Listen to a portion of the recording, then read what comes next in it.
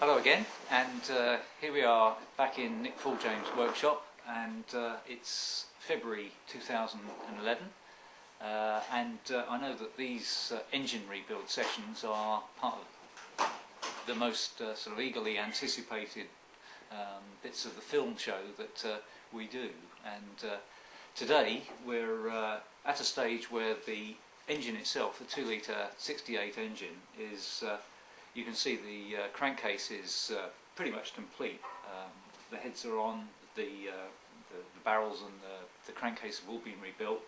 And in fact, one of the nice things about this is that we've been able to save the magnesium alloy crankcase, and that's one of Nick's excellent attributes really in terms of value added, that if you've got a matching numbers car, there's very little he can't do with an original crankcase in terms of pulled out studs. And in our case, we had an oil supply pipe union in the underside of the crankcase that was completely damaged, and that's been recovered. So it's basically what we've got is the original engine, but now totally built as new.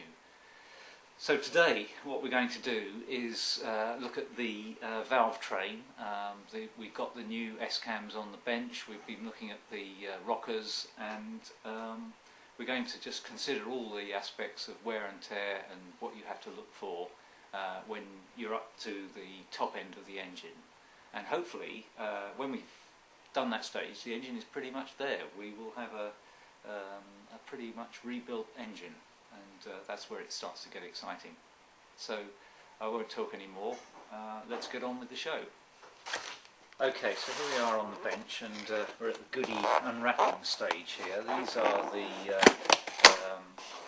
new S-spec cams that Nick is pulling out of their packaging here.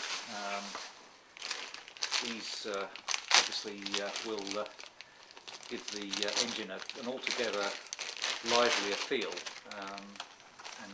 I mean, how would you describe the spec of these cams, Nick? Well, the S-cam is it's a good all-rounder. It's an S-cam basically. They put in 2 litres, 2.2s, 2.4s, and 2.7s.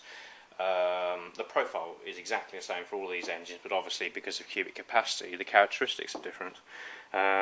These basically we don't ever regrind camshafts, because the issue is with those, if you regrind a camshaft to give it more lift, you take material off what's called the base circle radius, and the problem with that is the fact it alters all your rocker geometry. So that pivot point there, and where that actually touches the arc of the pad on the camshaft, alters the geometry, so it doesn't realistically give you what the lift is and the load characteristics on the lift ramp and obviously on the closed ramp.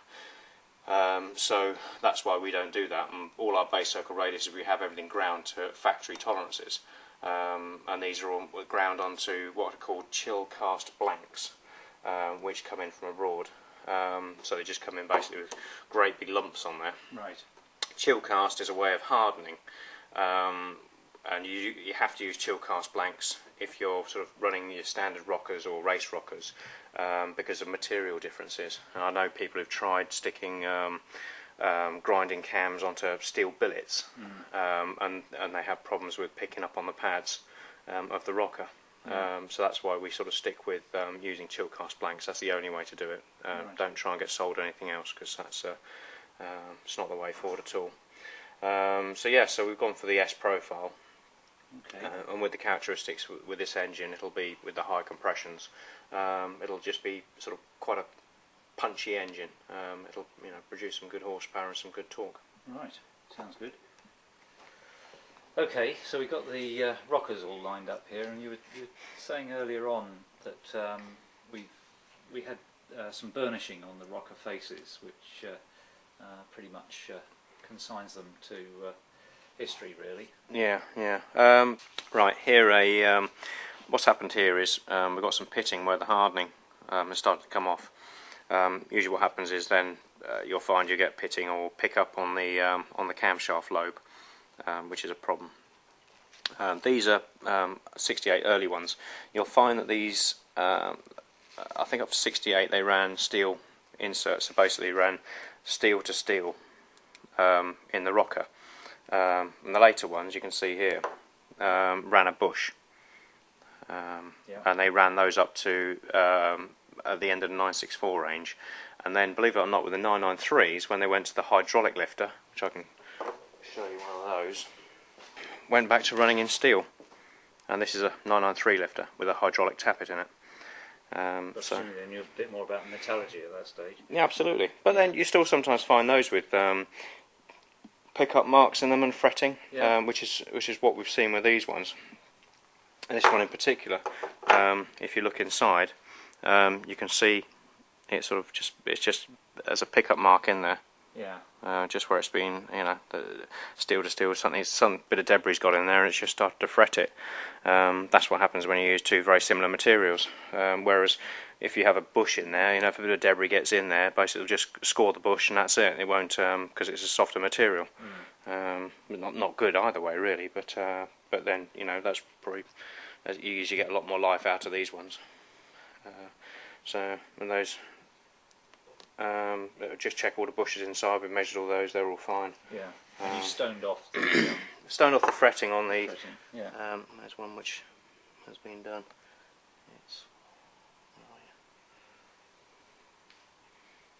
That had fretting on it basically, and you just use an oil stone, a flat indium stone, basically, or slipstones. Yeah. The right quality. Nothing too abrasive. We use sort of fine or a medium, and then just gently, because that's a flat surface, it'll just take off all the high spots, and that's that's perfectly serviceable. And then just test it in the housing, just to make sure it's all nice and free. Yeah. Really, that's the easiest way forward. Things to look at when you're rebuilding the engine, which I'll go through again as we're sticking it together. You have these thrust washers here that sort of are there for the end float on the camshafts. Just look out for these being worn. As you can see, there's a shiny part which the cam runs on. Yeah. Sometimes you'll find these are badly stepped.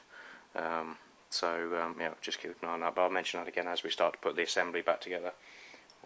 And just run through general procedure for making sure it all goes together correctly. Yeah. Okay. Right, what we got a special process which we use for rocker shafts.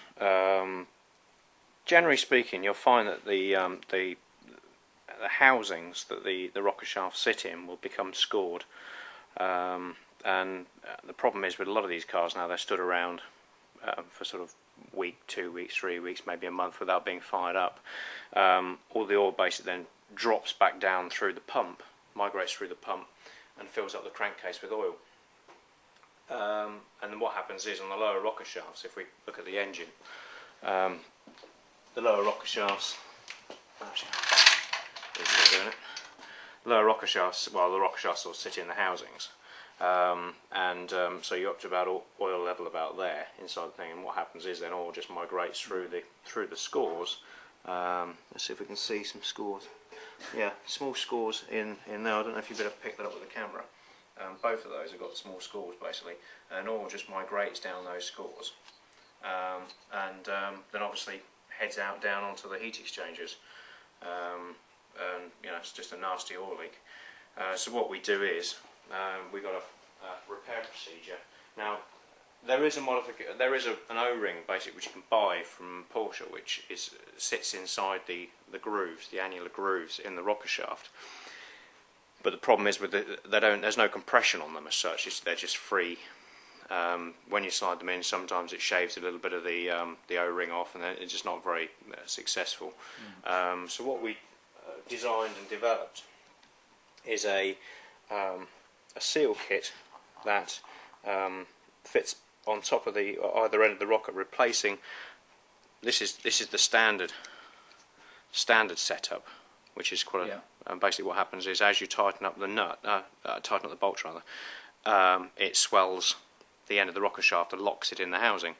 Like I was saying, then it all basically migrates down there. Obviously, the bolt goes through. So what we've done is we've spun up some stainless steel bobbins to emulate basically what's there, The end caps. and it retains an O-ring. So as basically as it's pulled up with the bolt, you'll find that it'll actually swell up into the grooves and seal it. Yeah, so it makes this just another process which we do to actually make these engines as oil tight as possible, and we don't get any problems. So it's a nice little modification. And it's not sort of detracted too much from sort of a standard build, just by replacing those parts. Sure. And like I said, because the cars aren't being used so much these days, they just sort of sit there and the oil migrates into the case and you get the oil leak problems. But we do make every effort with all the machining and all the extra bits and pieces which we manufacture to just make these engines as dry as possible. Yeah. So yeah, what we'll do now is just go through the build procedure. Let's put the camshafts in. So I'll make sure that the journals have oil in them.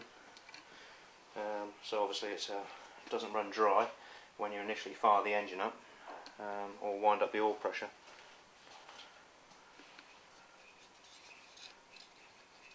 And what I've noticed is that you take a great deal of time to get everything you need together on the bench, so that you're completely prepared before you actually start bolting anything. That's it. Yeah. It's just, if you count everything out and lay everything out nicely, you never have any issues where you've forgotten to put parts in. Not that you ever do. As you can sort of see, we bolt them together. We're bolting quite a few together. We've got probably 12 engine builds on the go at the moment, varying from sort of a humble little 1964 2 litre to a 76 934 engine with the old water-cooled manifolds on. It's quite a rare beast. Yes, absolutely. So all sorts of bits and pieces at the moment. But yes, it's just laying things out nicely, so it's just everything goes together nicely. A tidy approach to build makes a nice tidy build. So the camshafts are oiled up, but we also run something called graphogen on the journals, which is a running in compound. Now the first sort of 15 to 20 minutes of a camshaft life is its most critical. Engines should never ever be allowed to tick over. Revs should always be above sort of 1500 RPM, because as they're still, even though the chill cast and they've been hardened, they rely on the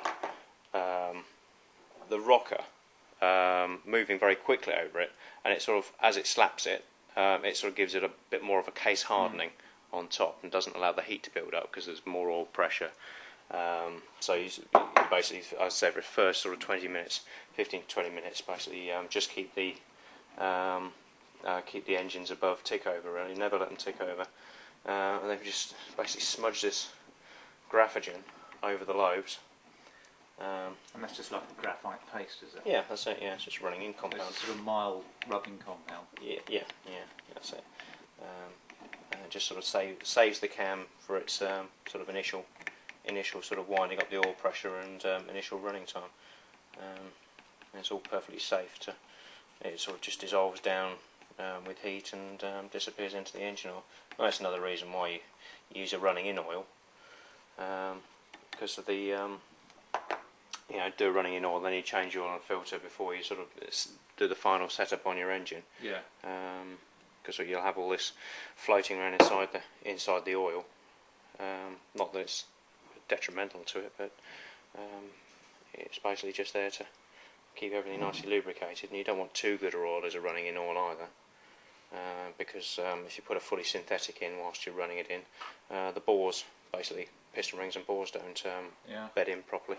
That's an old discussion, isn't it? Whether you should run synthetic or mineral oil on a freshly built engine. Yeah, absolutely. I've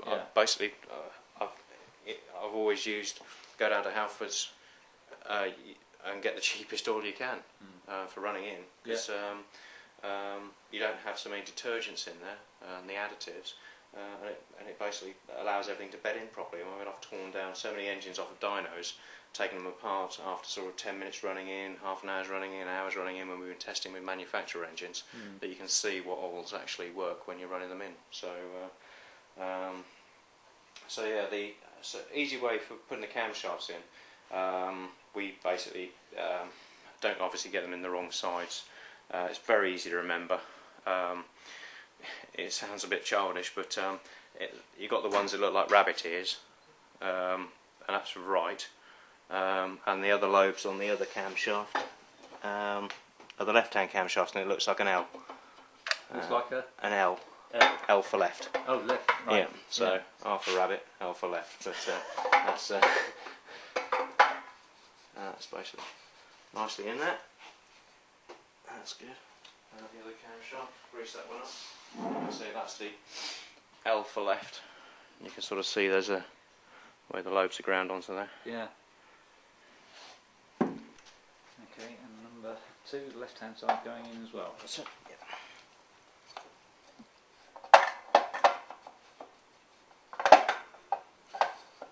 If you have to use a mallet at this stage, you know something's not right. That's right, yeah. This is why it's so important that when we're going through the build initially, making sure that that barrel gasket face was machined flat. Yeah. So then the cylinder heads are machined flat. So the rocker shaft, the rocker housing, cam housing, basically you check it with a level to make sure that's flat before you put the housing on. And now that the housing is obviously everything's nice and level. If you don't do this, you'll end up with the tight, the camshaft going in tight. That's the thing. So that's the foundation. If it's all wrong, you'll have problems with the camshaft. Basically, and it's it's a bit of a false economy to go to all these lengths. Yeah. To make a nice build if you haven't done some of the very. And obviously, if it's binding as well, that'll just lead quickly to an oil leak. Won't it? Oh, that's right. Yeah, exactly Yeah. that. Yeah, absolutely. And not release the amount of power the engine's potentially going to give out. Yeah.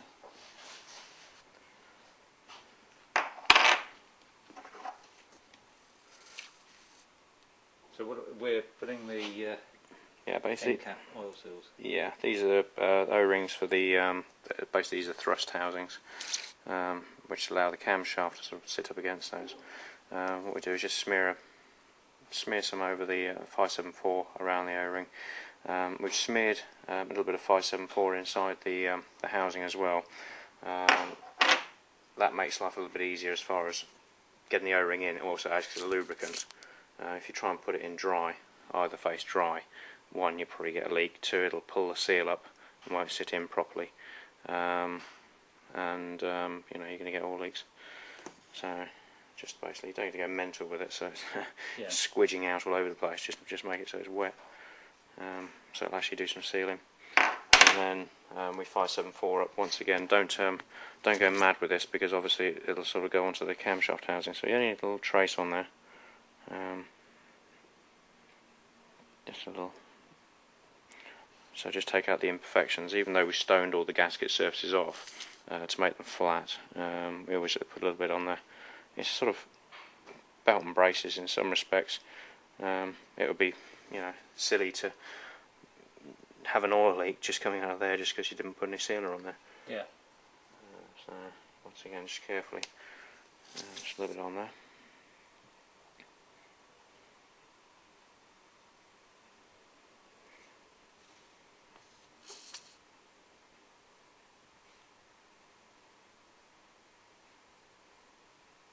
Good old 574 goes everywhere.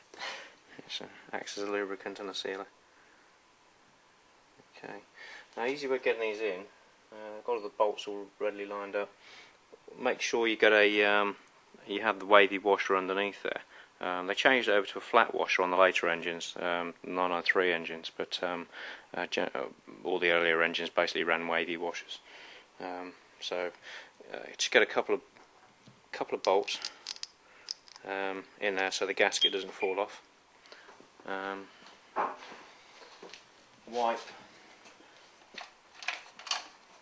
Wipe all the oil residue off when you fitted the camshaft, so it's nice and dry. I've done that, and then I've already done this. Wipe the 574 around there, so just to sort of lubricate up the sort of entry on the O-ring, and then basically pop it up there and just start just start a couple of threads, and then if you sort of work it around, it will just pop in. That's it.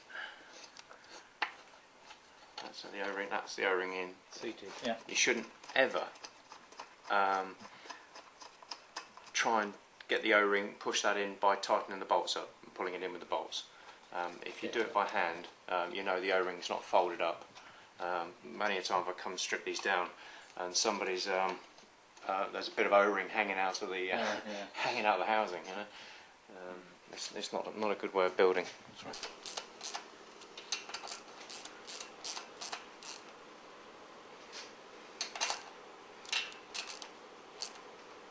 And then just double check down the back of the housing. You can see the gasket, just to make sure that the gasket hasn't slipped. So all looks good. Right, let's pop the other side in.